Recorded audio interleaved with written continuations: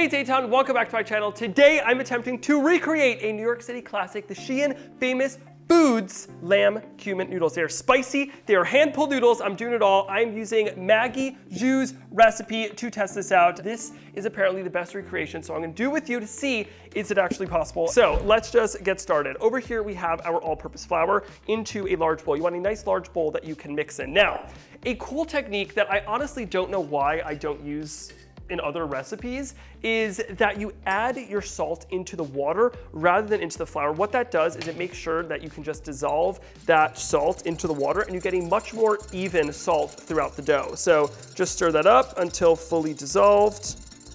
The technique reminds me a lot of like making roti, like the traditional Indian dough, because basically you just kind of slowly add in your water while mixing this together and just bringing it together into kind of a shaggy dough. So just keep on adding in your water and mixing.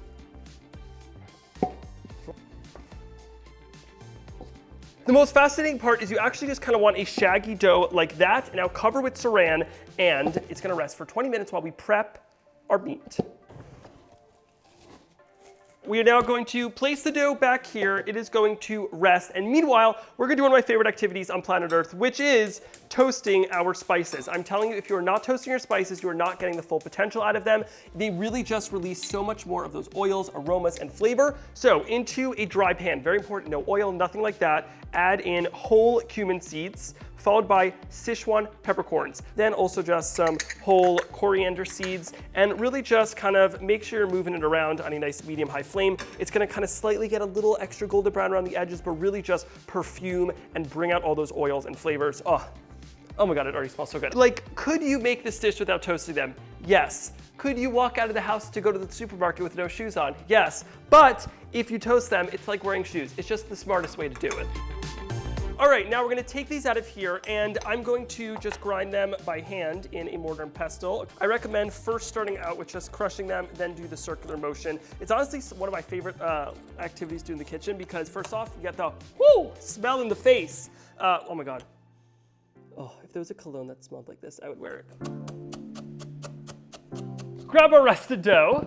And now just take it right out of there. And what you want to do is just for about 1 minute, knead that up. This will just really help us make sure we have a nice, even consistency. So give that a quick knead. You almost gonna have it look like a pasta dough in a sense. You want it to just be fully nice and smooth. Plus you're also gonna build up a little bit of gluten while you do that, which will definitely help us with the pulling process. So look at that, we have a nice, smooth ball of dough. Very important, over here I have a large sheet pan. Just get that oiled up. You want a nice amount of oil in there. That is just gonna help us make sure that we have the optimal pulling process. So we have our dough. You can feel there, the gluten in there it went to the gym today.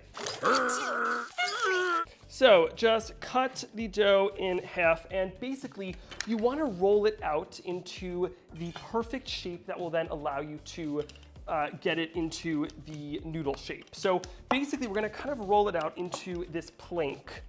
Just roll. Now, because we just kneaded it, there will be gluten in there, so it will take a little bit of arm strength. You could skip the gym today. Just roll out some noodles.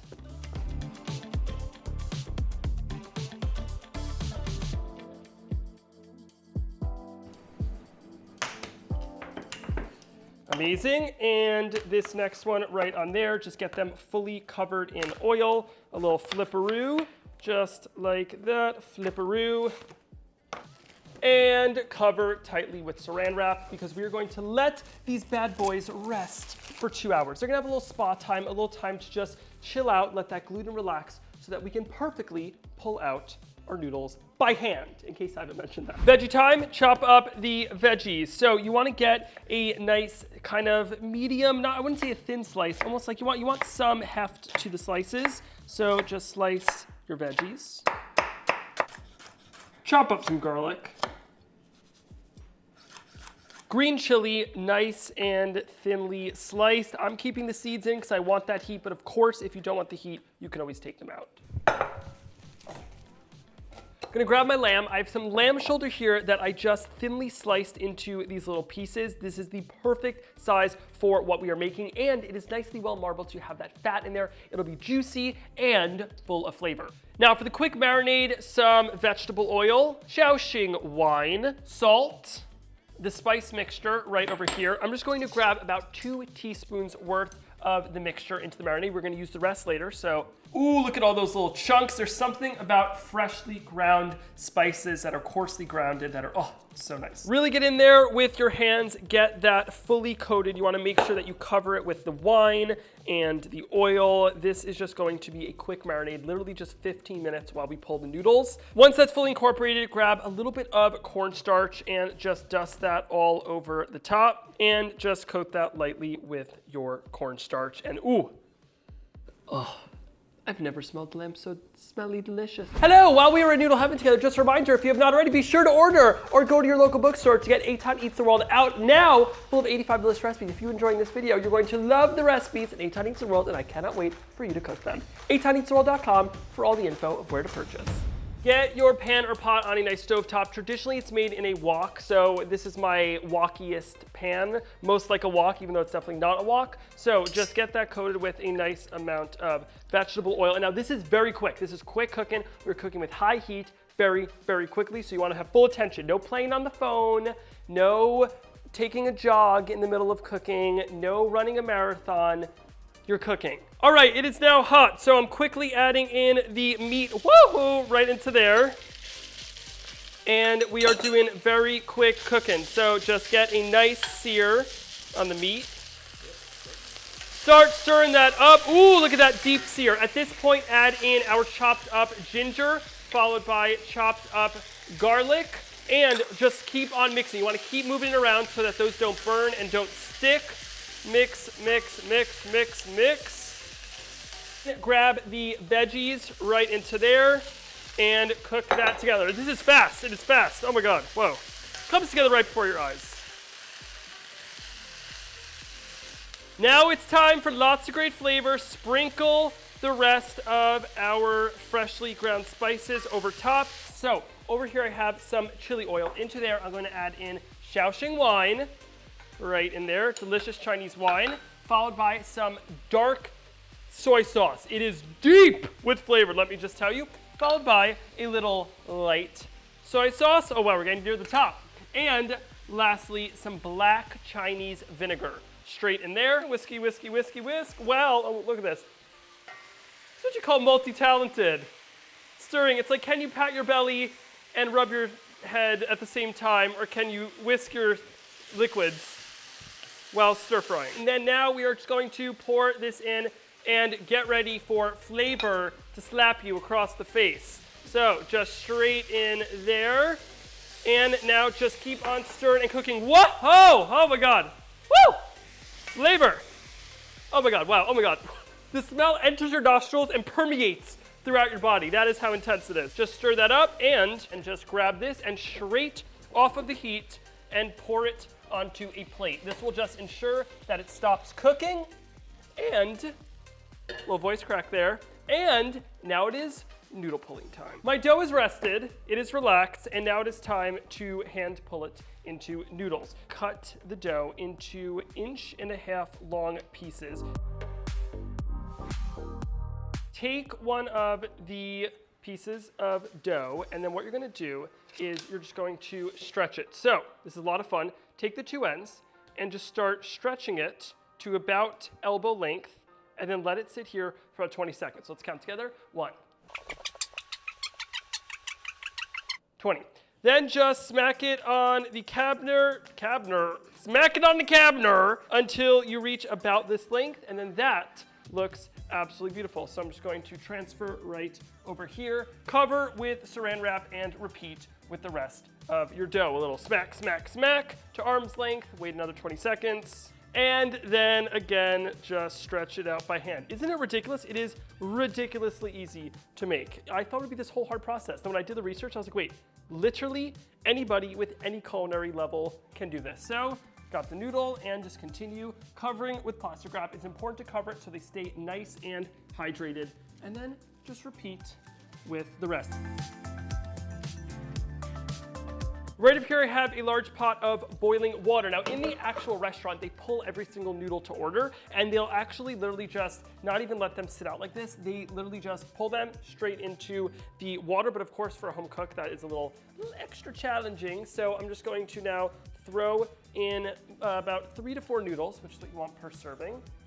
So another noodle and one more noodle straight in there. And then these cook ridiculously fast. We are talking literally like a minute and a half. So I have my strainer at the ready. I have a pair of tongs at the ready. Now grab them out of here straight into a strainer. Now because of how long they are, it is a little bit of an operation to get them out, but just use your tongs. And one thing that's very important to maintain their iconic chewiness, you're going straight to the sink and rinsing them with cold water. Now this is the opposite of what you'll do with like a pasta. You would never do this. But with these hand pulled noodles, what this will do is it'll ensure that the cooking immediately stops so that they are perfectly cooked every single time. Just grab yourself a serving bowl. Going to pour the noodles right in there. Grab some of our lamb, and I'm going to use the tongs to scoop up the lamb all over the top. You could throw in the cilantro right at the end of the cooking process, but I like to add a little bit to each plate, or bowl, shall I say, because I think it just gives it even fresher taste. That's my preference, but you could do either or. And then just toss it with tongs. And I mean, look at that. How heavenly do those noodles look? Oh my God, can't believe it. I made this from scratch. You can make this from scratch. We can make this from scratch together. What a fun activity we could do together. Now, obviously these noodles are very long, so it's impossible to get a whole one probably at the same time. There are no words. There are words, I'm gonna say them in a minute, but I need to chew first. As you can tell for all my chewing, these noodles are perfectly chewy. They're super bouncy, and the reason they're that bouncy is because we went through all these processes to perfectly pull them by hand, very quickly cook them, immediately wash them with water. That whole process ensures you have the perfect bouncy, okay, so to make it clear, noodles. Then the sauce is just like, it literally kind of hits on every single flavor in your mouth. You have that deep umami flavor from the dark soy sauce, a little bit of sweetness from the softened, or almost not really caramelized, but like softened onions. You then have that spiciness from the chili oil, that kind of like sizzling on your tongue of the Sichuan peppercorns. It just comes together into a truly full body experience. That was so much fun. Huge thank you to Maggie Zhu for teaching the world, enlightening us on the incredible methods of hand-pulled noodles. It is so cool. You know, I think it's one thing I love about food. When you think you know a lot about food, all of a sudden you open a little door and you learn that there's this whole world that you are yet to explore, and it is so much fun. This is honestly what keeps me excited about food. You know, my dad asked me the other day, Eitan, aren't you eventually gonna run out of ideas? And I was like, Dad, there's nearly an infinite amount of foods out there, so much to learn, and this is, I'm just so thrilled, now I know how to make this. And now you do as well. If you want the recipe, I will link down below to Maggie's website. What I did is very similar to her. I really just wanted to learn how to do it. So check out her website and subscribe here for more videos. Hit the like button and comment down below what is a restaurant dish you want me to try to recreate, because I love doing it. You know, I don't know everything. I want to learn things. I want to learn with you. And if you need me, I'm just gonna head on over to my noodle trampoline and eat some lamb.